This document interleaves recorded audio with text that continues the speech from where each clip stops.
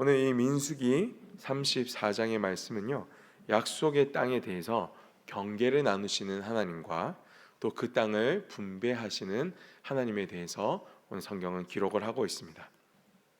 이 말씀을 생각을 해보면 무엇을 이야기하고 있느냐, 오늘 보면은 뭔가 하나님에 대해서 자세한 설명보다는 하나하나 세밀하게 우리를 어떻게 인도하셨던 이 하나님, 그리고 그 땅을 경계를 정하시면서 우리에게 뭔가를 많이 설명을 해주시는 하나님에 대해서 우리는 바라볼 수가 있습니다.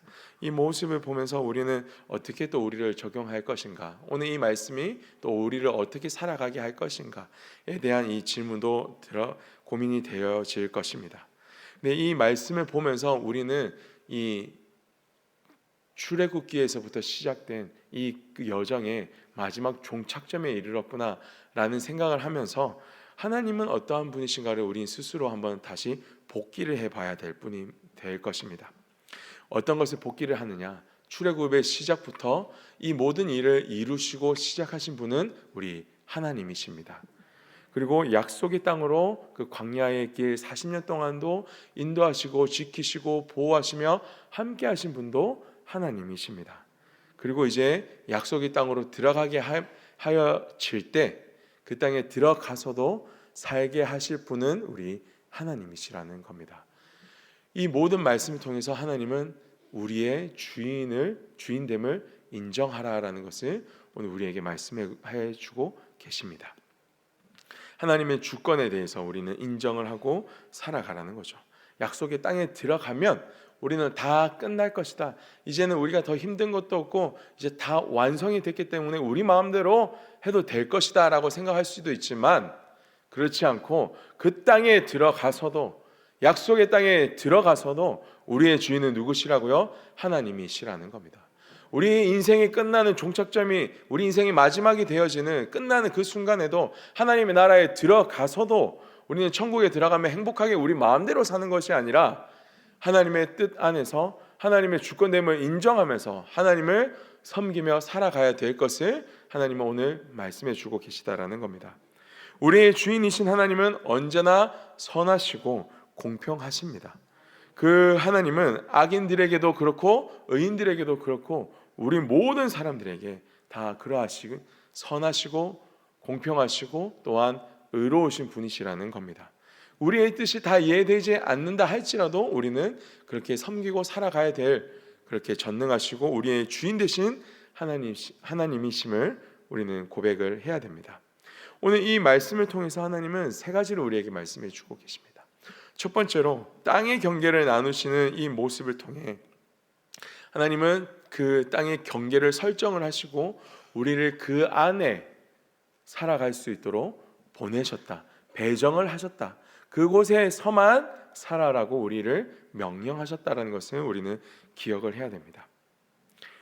이스라엘 땅 안에는요, 풍요로운 지역도 있었을 것이고 아니면 광야의 지역도 있었을 겁니다. 요단강이 흐르는 지역도 있을 것이고 헐몬산의 이슬이 흘러서 아주 풍요로운 땅이 되었을 곳도 있을 거고 바닷가 근처에서 해산물이 많이 나는 이런 곳도 있을 겁니다. 그러나 우리가 익히 알다시피 이스라엘 땅은 또 광야가 많은 지역입니다. 땅을 배정받을 때 그런 풍요로운 땅이 아니라 광야를 배정받은 사람들도 있을 것이고, 또 예루살렘이라는 곳, 우리는 너무 좋아 보이고 그 이름만 들어도 너무 귀하고 마음에 감동이 오는 그 지역이라고 생각할지 모르지만 실제로 그 지역에 가면은 아무것도 없는 뭔가 메마른 그 바위산 위에 절벽 위에 세워져 있는 요새와 같은 그런 척박한 땅이라는 것을 우리는 또 바라볼 수가 있을 겁니다. 자, 그렇게 되어 있는 곳도 있고 어떤 지역은 사해 지역의 주변 땅에 배정이 된 사람들도 있었을 겁니다. 그 땅 주변에는 아무것도 자라나지 않고 그 염해 때문에 너무나도 이렇게 살아가기가 어려운, 농작물도 이제 자라지 않는 그곳이 또 되어질 수도 있습니다. 또 어떤 곳에는 골리앗과 같이 거인들이 살았던 그 지역이 있어서 두려움도 많이 있었던 지역들도 있을 겁니다. 그러나 이 지역들을 배분할 때에 우리가 상식적으로 생각한다면, 세상적인 방법으로 우리가 생각한다면 땅을 배분할 때 공로가 많았던 사람이나 또 이스라엘에서 좀 지도자급에 있는 사람들이나 훌륭했던 사람들에게 먼저 좋은 땅을 주는 것이 우리는 옳은 방법이다, 합리적인 방법이다 라고 생각을 할 것입니다. 왜요? 여러분들 한번 생각을 해봅시다. 여러분들 만약에 대학을 갈 때 아니면 직장에 취업을 하게 될 때 좋은 직장 이렇게 있다고 칩시다. 돈을 더 많이 주고 더 많이 쉴 수 있고 똑같은 일을 해도 더 많은 것들을 누릴 수 있는 그런 직장 아니면 대학이 있다고 쳐봅시다. 다 수험생들이에요. 다 취업 준비생들입니다. 열심히 준비하고 했는데 누구보다도 더 열심히 헌신하고 더 이렇게 같이 공부하는 사람들을 위해서 섬겼던 그 사람들이 있다고 칩시다. 그 사람들에게도 우리 세상적인 방법에는 그 사람들에게 더 좋은 것을 조금 더라도 주는 것이 합리적이다라고 생각을 합니다. 왜요? 그것이 세상적인 방법이니까. 더 많이 수고했으니까, 더 많이 애썼으니까요. 그러나 하나님은 그 방법을 선택하지 않으셨다라는 것을 우리는 발견할 수 있어요. 13절에 보면은 어떻게 이 땅을 배분을 하느냐, 제비뽑기로 배분을 한다는 겁니다. 학교를 들어가는데 취업을 하는데 다 같이 열심히 준비했는데 뭐요? 또 더 열심히 준비한 사람도 있고 좀 덜 한 사람도 있겠지만 그 사람들에게 했던 것에 대한 합당한 보상을 주는 게 아니라 하나님은 제비뽑기로 이 땅을 배분하셨다는 거예요. 더 많이 썼던, 애썼던, 힘썼던 사람들과는 상관없이 그것은 온전히 하나님의 뜻 안에서 하나님이 정해주신 곳 안에서 살아라 라는 것이었다고 합니다. 이런 생각일 때 우리는 너무나도 이해가 되어지지 않을 수도 있습니다. 원망과 불평이 나오시죠. 하나님, 제가 더 많이 열심히 했는데요, 옆에 있는 사람보다 더 많이 애썼는데요. 당연히 이런 마음들이 터져 나왔을 거고 비교하면서 속상했을 수도 있겠습니다. 그러나 그 모습들이 왜 나오냐면 내 마음대로 되어지지 않았기 때문에, 내 생각에는 이렇게 돼야 되는 것이 마땅한데 그게 아니라 하나님의 뜻 안에서 하나님께서 정해주신 대로 살아가야 된다라고 생각을 해보니 이거는 나의 노력과는 상관없이 하나님의 뜻대로 다 이루어진다고 생각하니 마음이 어려워지는 겁니다. 그러나 이제 우리에게 오늘 이 말씀을 통해서 하나님께서 해주시고자 하시는 것은 무엇이냐면, 내 뜻이 아니라 하나님의 뜻을 인정하면 우리는 이 모든 마음의 어려움과 모든 분쟁 가운데서 평안함을 누릴 수 있게 된다라는 겁니다. 하나님은 모든 사람에게 공평하게 하기 위해서 이 제비뽑기라는 것을 선택하셨습니다. 하나님의 뜻 안에서 우리의 노력과는 또 상관없는 이런 부분들도 있겠지만 하나님은 그것을 행하셨습니다. 그러나 단 인구 비례로 받은 양의 차이는 조금씩은 있다라고 앞서서 우리는 말씀을 통해 봤습니다. 우리는 이 말씀을 통해서 무엇을 봐야 됐냐면, 진짜 하나님의 나라는 공평하신 곳이구나 라는 것을 우리는 깨달아야 됩니다. 내가 더 많은 것을 했다고, 더 많은 것을 누릴 수 있다고 면류관이나 상급이 크다라는 이 성경의 표현들도 있지만, 그곳은 내가 내 뜻과 내 생각과 내 모든 것이 이루어지고 결과를 얻는 것이 아니라 하나님의 뜻 안에서 온전히 이루어지는 것이 오늘 이 하나님의 나라라는 것입니다. 네. 아직까지 마음이 많이 어려워서 아멘과 동의가 어려운 부분이 있을지 모르겠습니다. 예를 들어서 이런 걸 한번 생각해 봅시다. 셀 장소를 만약에 선택을 한다고 칠 때, 우리 많은 셀 장소를 배정한다고 쳤습니다. 우리 올 초에 이렇게 했습니다. 그때에 선임이라고 더 좋은 것을 먼저 선점을 하게 해준다 하면 여러분들은 어떤 마음들이 있겠습니까? 왜요?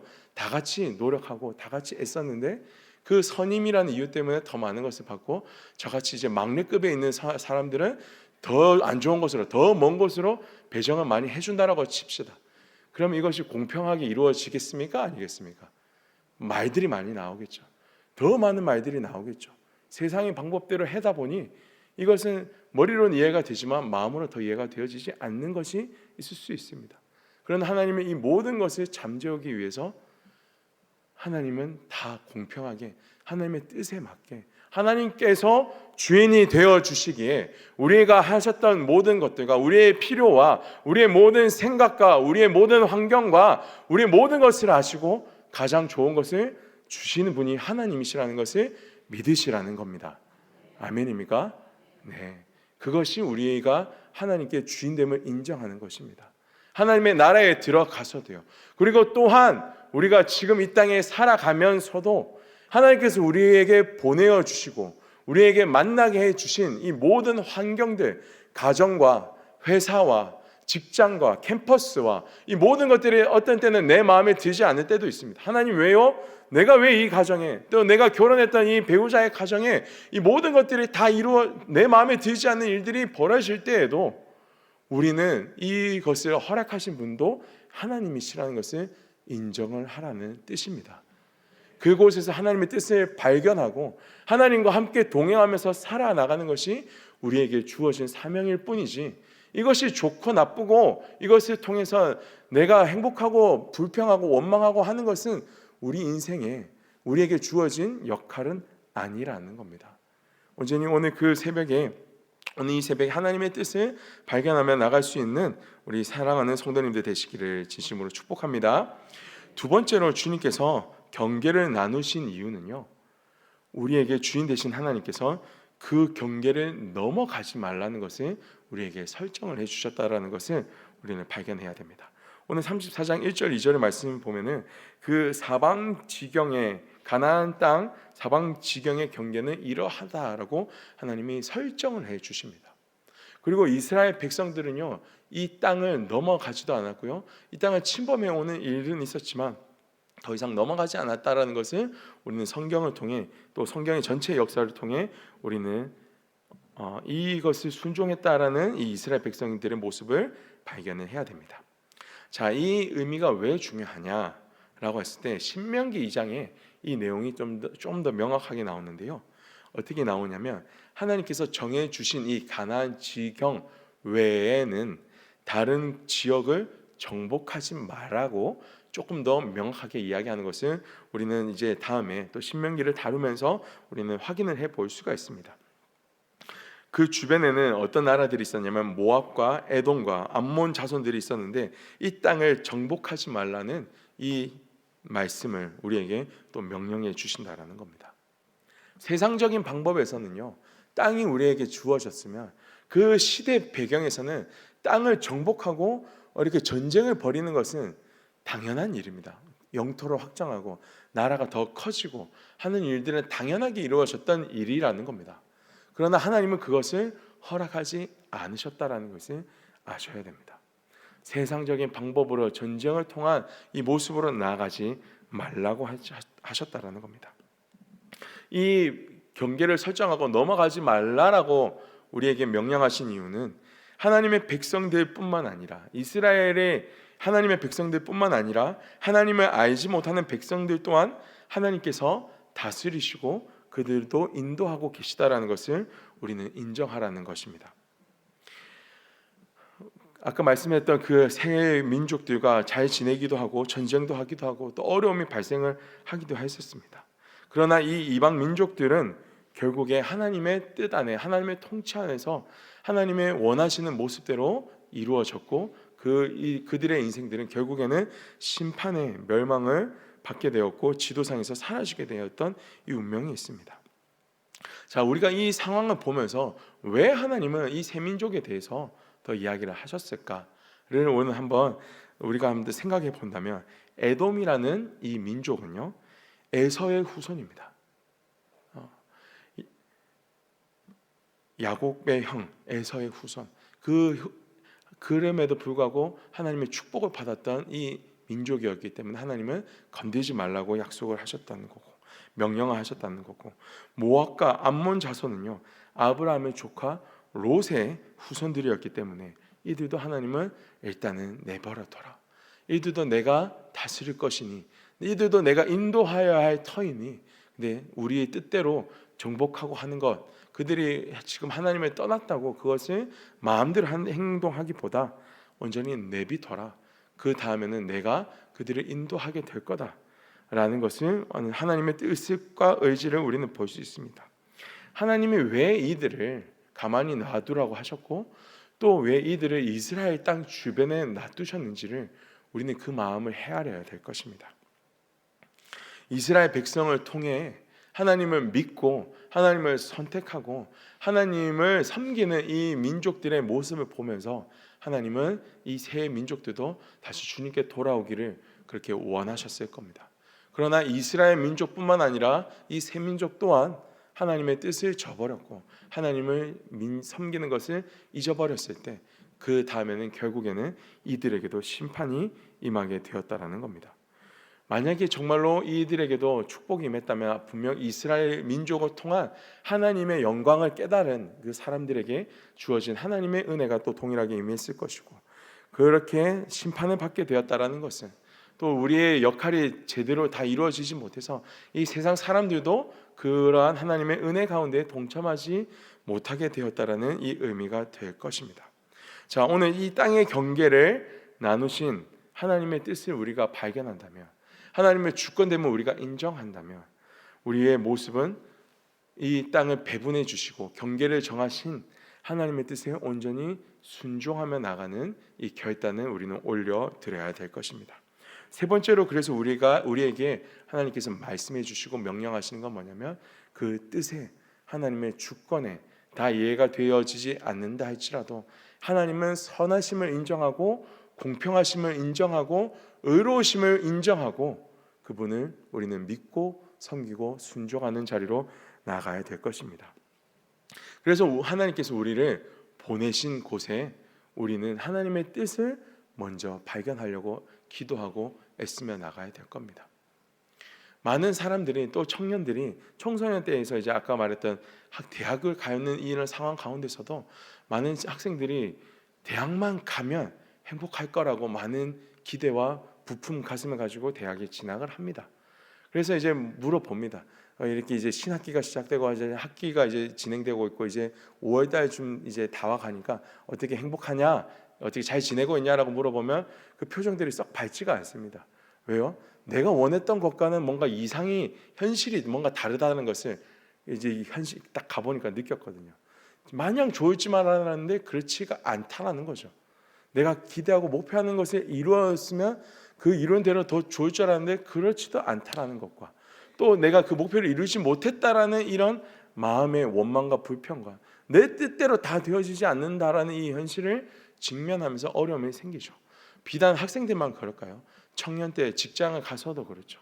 내가 그렇게 열심히 준비했던 회사에 들어갔는데도 내 마음에 원치 않고 계속해서 어려움들이 발생을 하기 시작하고요. 내가 그 믿음의 배우자라고 만났는데 이 배우자와 함께 살아가는, 이 맞춰 나가는 이 신혼의 기간이 힘들면 힘들어질수록 이것이 진짜 하나님의 뜻이 맞았나, 이렇게 원망과 불평들이 있을 수도 있고요. 우리는 늘 살아가면서 이렇게 어려움에 직면하며 살아나갈 때 우리에게 너무 묶여 있다라는 것이 오늘 성경은 문제라는 겁니다. 하나님은요, 우리를 보내실 때 하나님의 뜻과 계획이 다 있으셔서 그 자리로 보내셨다는 것을 우리는 인정을 해야 됩니다.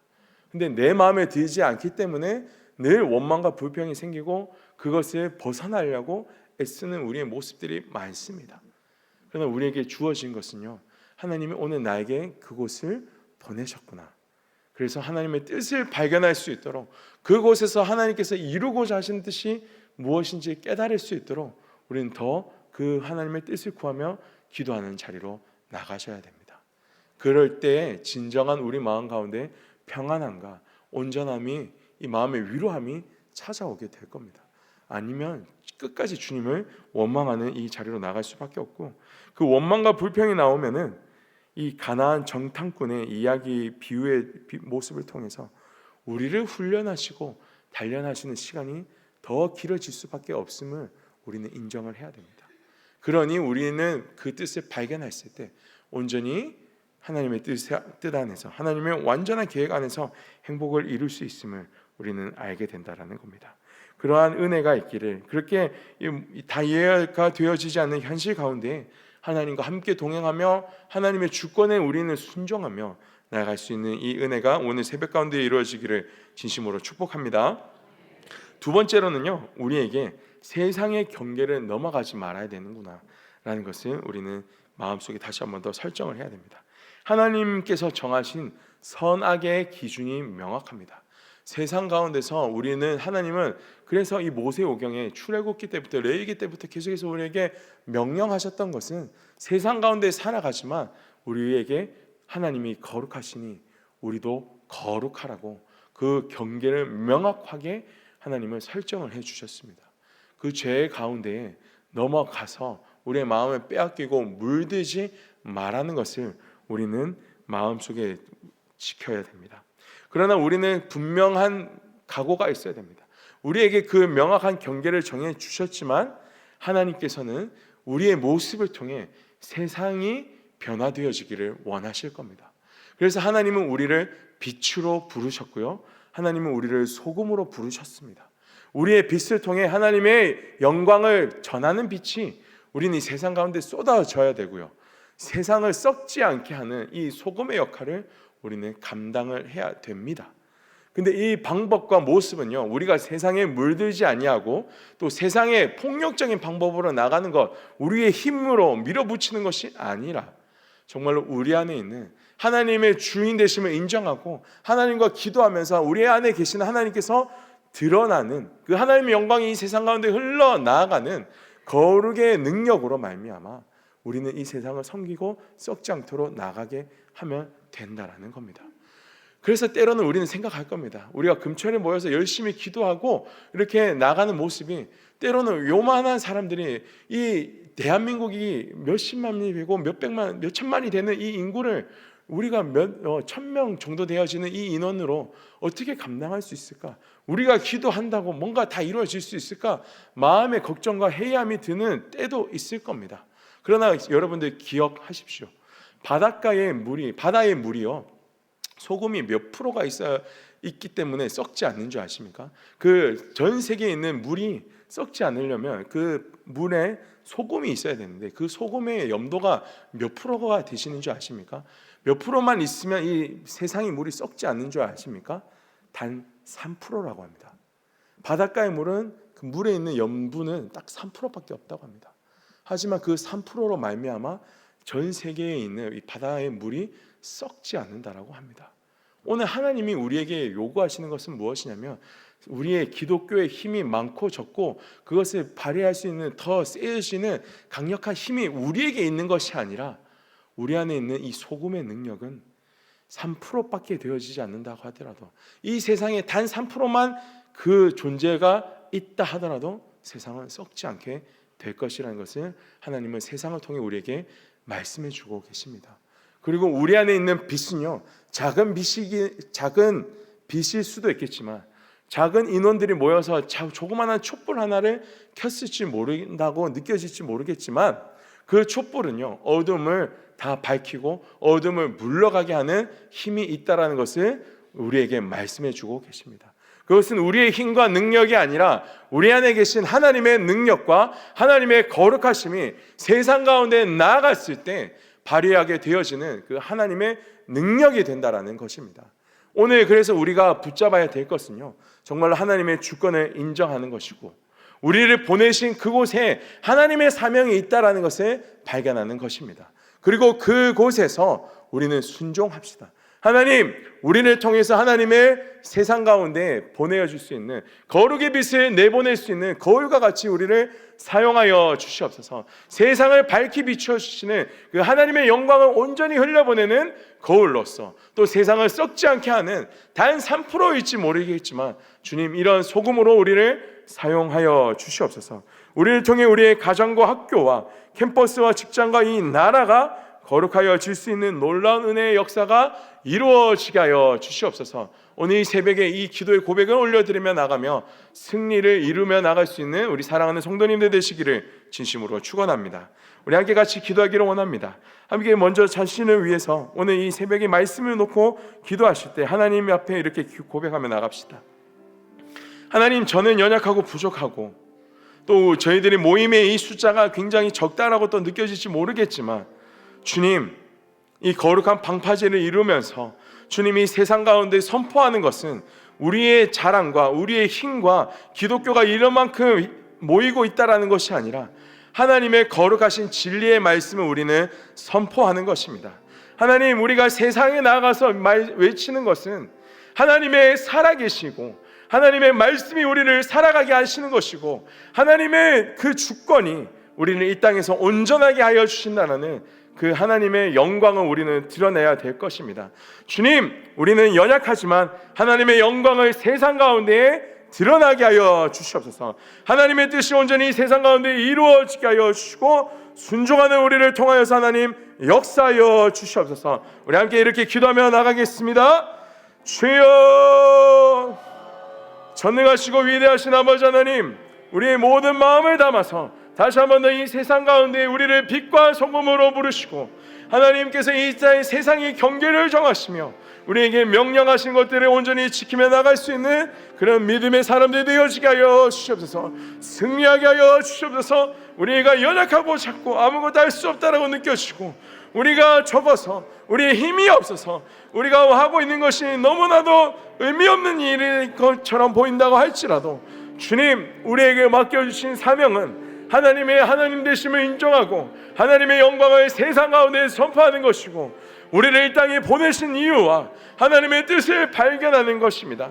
주님, 우리에게 하나님의 뜻과 하나님의 마음을 알게 하여 주셔서 주님, 두려워하지 아니하고 쓰러지지 아니하고 넘어지지 아니하고 원망하고 불평하지 아니하고 온전히 하나님의 뜻을 우리가 붙잡고 순종하며 나갈 수 있는 놀라운 은혜의 역사가 이루어지게 하여 주시고 연약하지만 우리의 모습과 기도를 통하여서 하나님의 살아계신과 전능하신과 거룩하심이 세상 가운데 흘러가 정의와 공의가 강같이 흐를 수 있는 이 놀라운 대한민국이 되어지고 우리의 가정이 되어지고 우리의 학교와 직장과 우리의 모든 살아가는 환경이 그렇게 하나님의 뜻이 온전히 이루어지게 하여 주시옵소서.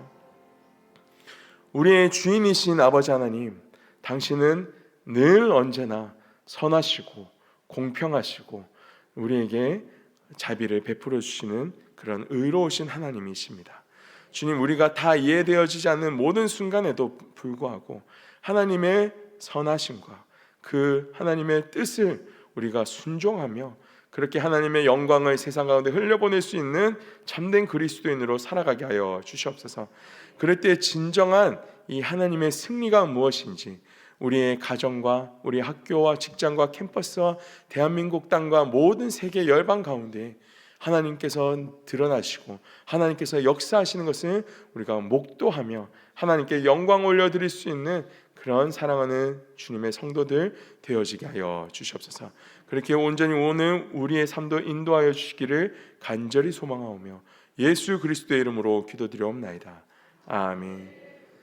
주여, 주여, 주여. 우리의 주인 되시고 전능하신 아버지 하나님, 오늘 이 시간 우리가 이 새벽에 모여서 하나님의 뜻과 하나님의 마음을 우리가 발견하기를 간절히 소망합니다. 연약한 우리가 온전히 주님의 뜻에